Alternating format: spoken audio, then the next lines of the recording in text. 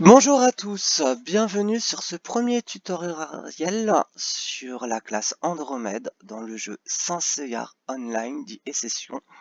Nous sommes actuellement sur la serveur version brésilienne, le serveur MU. Je serai votre maître de cérémonie aujourd'hui. On me nomme Virgo dans le jeu, seul véritable Andromède de la guilde éternelle. J'entends par véritable dans le sens où je suis le seul qui est Andromède de classe principale. Tous les autres Andromèdes éternels que vous verrez sont des Andromèdes d'un passé par d'autres biais. Dans le sens où, par exemple, vous allez avoir Jamyang qui sera Andromède, mais Jamyang est principalement Pégase, et reroll Andromède au besoin. Moi, je suis Andromède avant tout. Donc voilà. Classe Andromède. Voilà, on va voir les statistiques. Comme vous pouvez le voir sur les statistiques, par rapport aux autres classes, comme le Pégase, le Cygne, le Dragon, l'Andromède a deux modes. Un dit Restoration, restauration, heal, et l'autre dit attaque. En gros, l'Andromède possède un skin qui s'appelle Dominio, que vous utilisez pour changer de mode. C'est-à-dire que quand vous cliquez dessus, voilà, il fait un petit cooldown de 5 secondes. Et ce cooldown vous passe en mode attaque et vice versa. Comment voir si oui ou non vous êtes en mode Andromède, en mode healer ou en mode attaque? Vous vous référez à cette petite icône là et à cette petite icône là. Quand elle est jaune, il y a écrit restauration, c'est-à-dire que vos heals seront beaucoup plus puissants en détriment de vos attaques.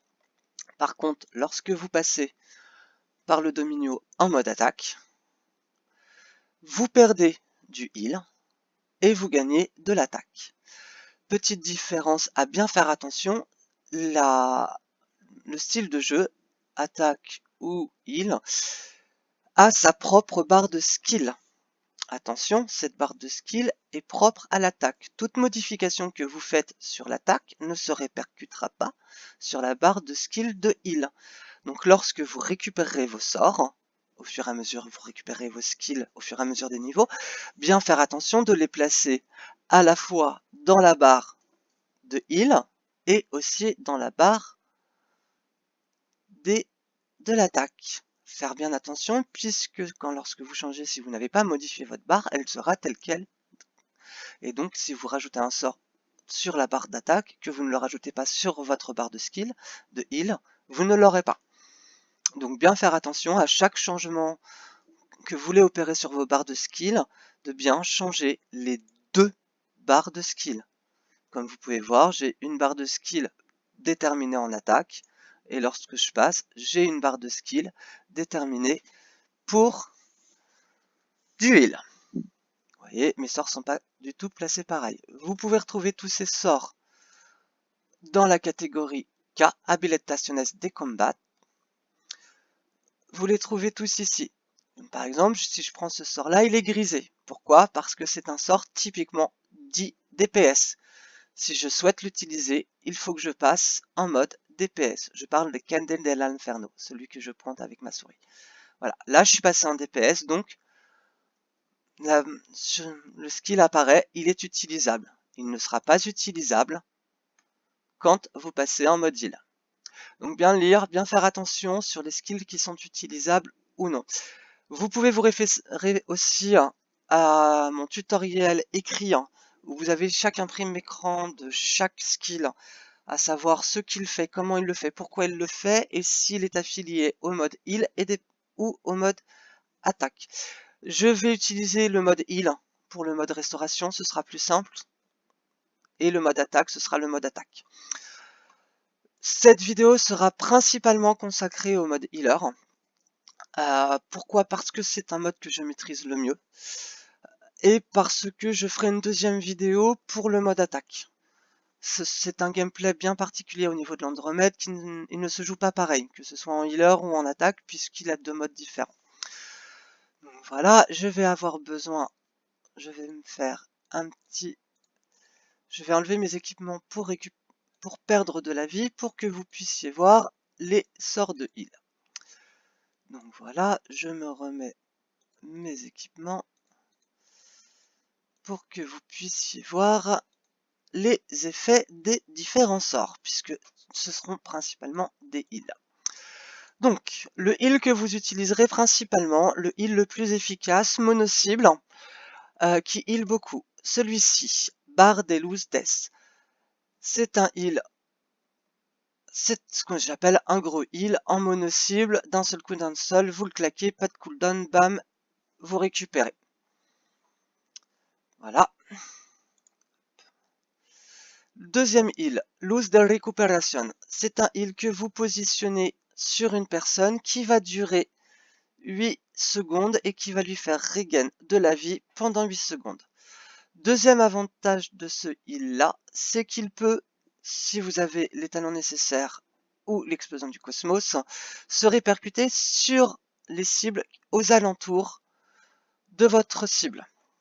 Je m'explique. Vous êtes dans un groupe, vous ciblez une personne, on va l'appeler la personne X. Cette personne X a Y et Z juste à côté d'elle qui n'ont aussi besoin de heal. Lorsque vous allez claquer ce heal là, le heal va aussi se répercuter sur X et Y s'il se trouve à moins de 5 mètres de la cible. Simple, net, efficace. Troisième sort de heal, une zone de soin que vous placez là où vous voulez, toute personne dans votre groupe. J'insiste sur le fait du dans votre groupe pour tous les sorts de zone et les heals qui se répercutent. Pourquoi? Il faut absolument que vos coéquipiers que vous souhaitez healer soient dans votre groupe. Si vous êtes en raid et que vous avez deux groupes, les heals que vous allez occasionner en manuel ne se répercuteront que sur la cible. Vos heals ne se répercutent que sur la cible de vos groupes. Attention, faire bien attention. C'est pour ça qu'il faut mettre les andromèdes, même de bas level, dans les groupes où il y a les gens les plus forts, puisque c'est eux qui seront à soigner. Ou si vous voulez prioriser les soins sur le groupe des petits levels, vous mettrez l'andromède sur dans le groupe de petits levels, puisque ces heals se répercuteront.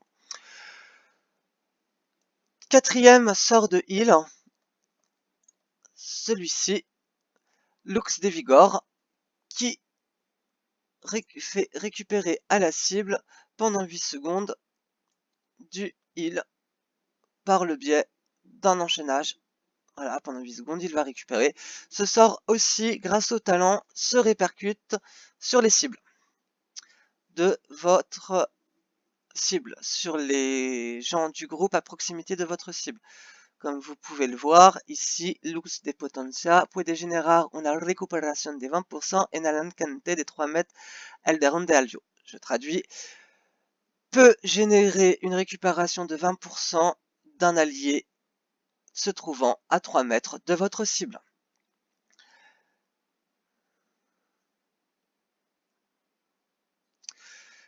Donc voilà, quatrième sort de soin.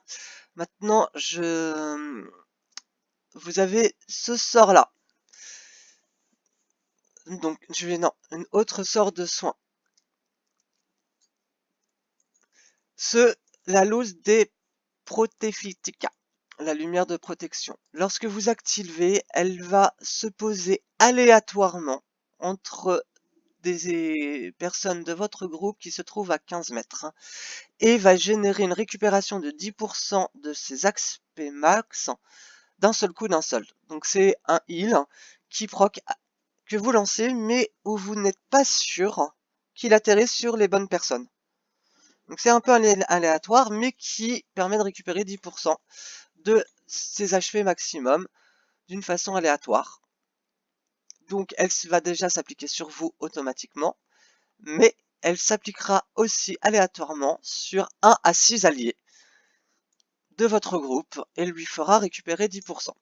Donc c'est quelque chose qu'il ne faut pas hésiter à claquer de temps en temps, même si vous n'en avez pas besoin, puisqu'en plus elle génère un petit buff de protection, de dommages.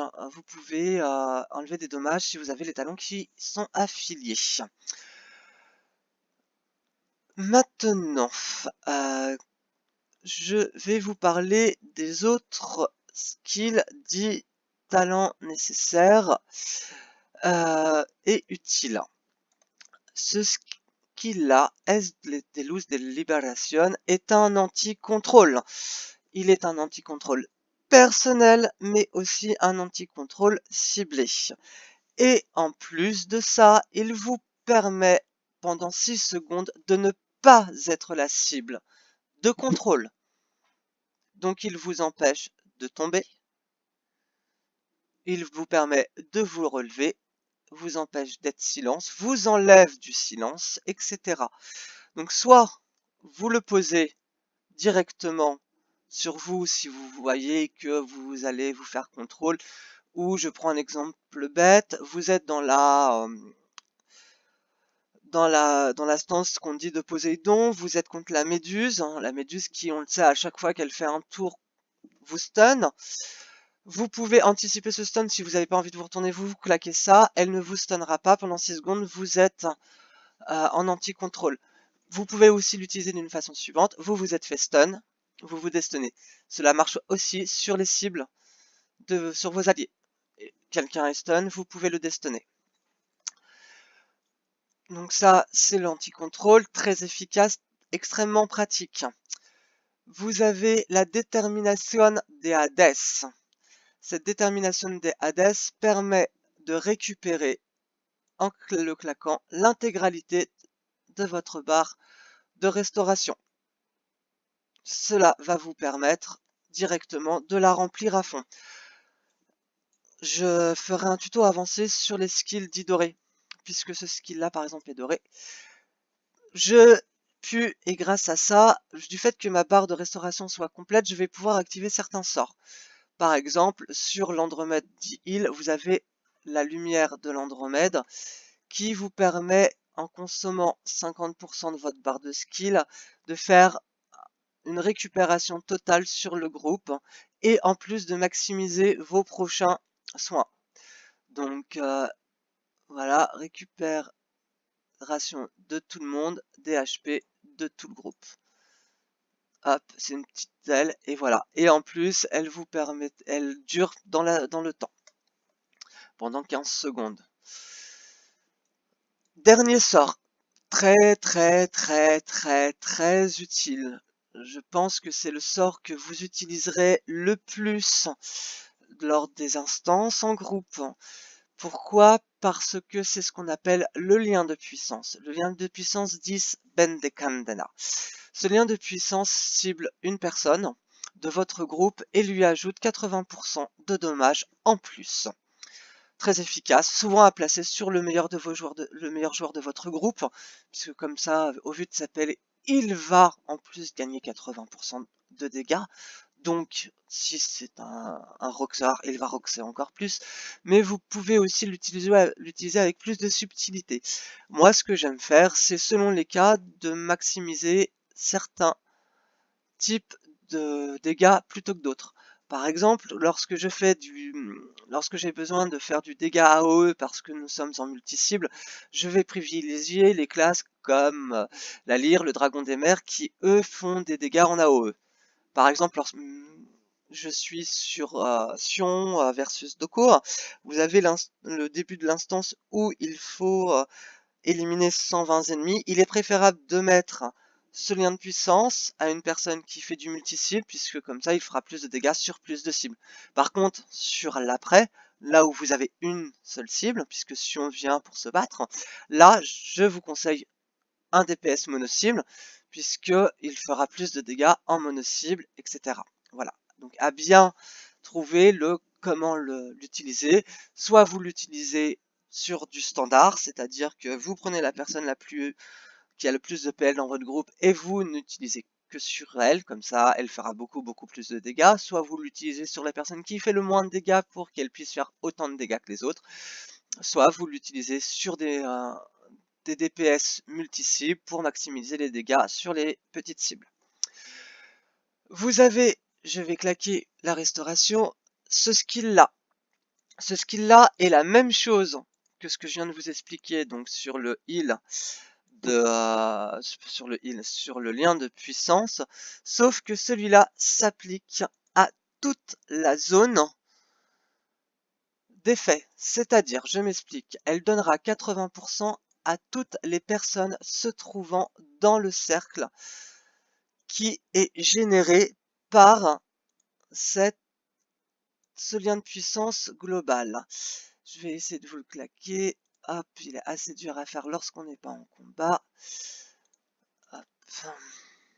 Voilà. Ah non, j'ai pas réussi.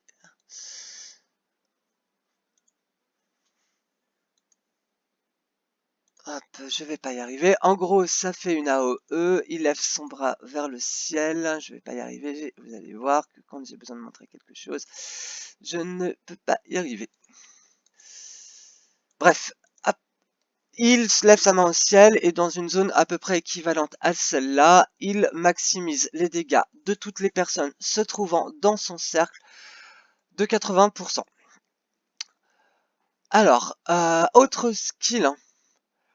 Alors, je vais vous montrer maintenant des skills que vous allez pouvoir obtenir par ce qu'on appelle les talents d'armure. Donc, les talents d'armure de l'Andromède. Vous savez, pour ceux qui jouent déjà au jeu, que chaque classe est répartie. Voilà, toutes les classes, Pégase, Cygne, Dragon, Andromède, Phénix, Dragon de mer, Wyvern et Lyre.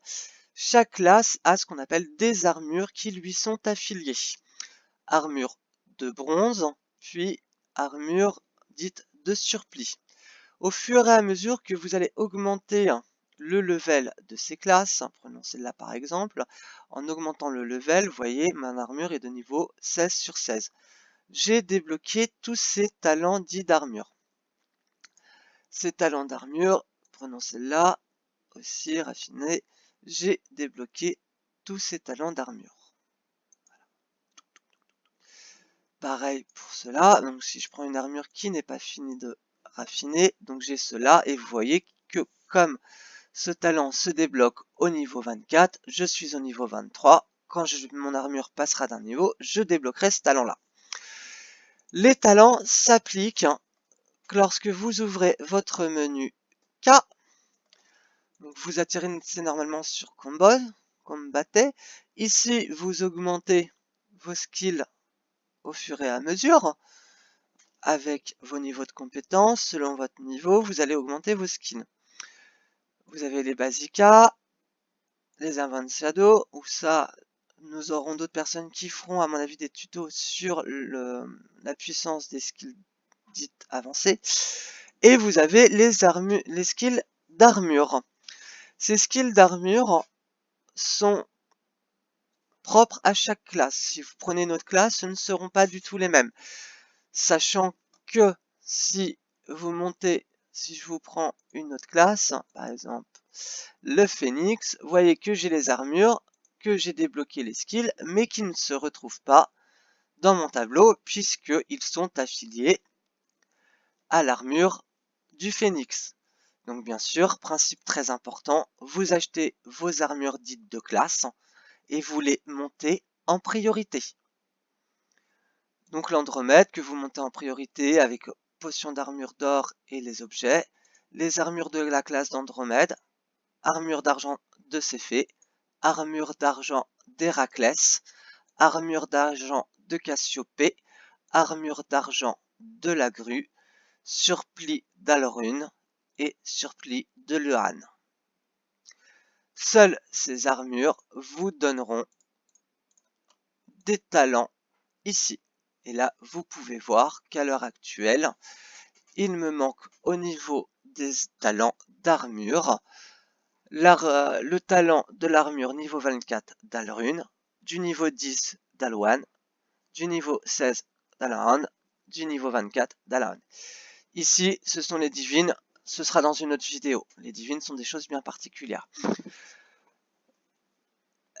Assez simple pour comprendre, tout ce qui est mode heal se trouve principalement sur la colonne de gauche.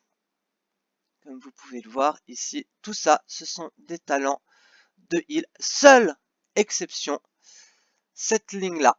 Donc là, 1, 2, 3, 4, 5, la 6e ligne, où il faudra mettre Eco Divinado, qui vous réduira les qui vous augmentera les effets de la Luz de Recuperación. Donc, Luz de Recuperación, celui-là, il vous augmente les effets de 300% quand vous êtes en Eco Divinado. Hop.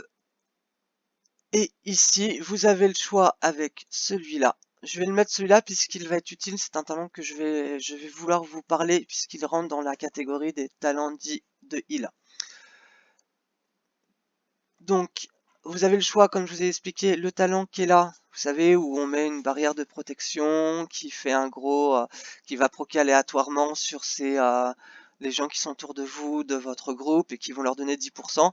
Vous pouvez choisir le Sacrificiado, qui lui va poser une zone autour de vous, et dans cette zone, les gens, s'il devait y avoir du stun, ne seront pas stun et éviteront le contrôle pendant quelques temps.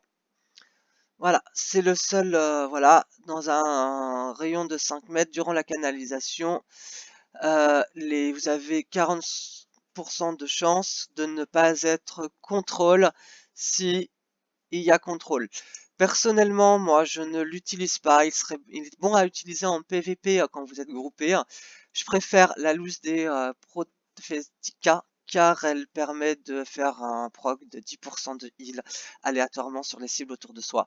Je trouve ça nettement plus intéressant. Voilà. Et le dernier sort que vous octroie le mode, les talents d'armure mode heal, c'est ce petit Conflicto Eterneto.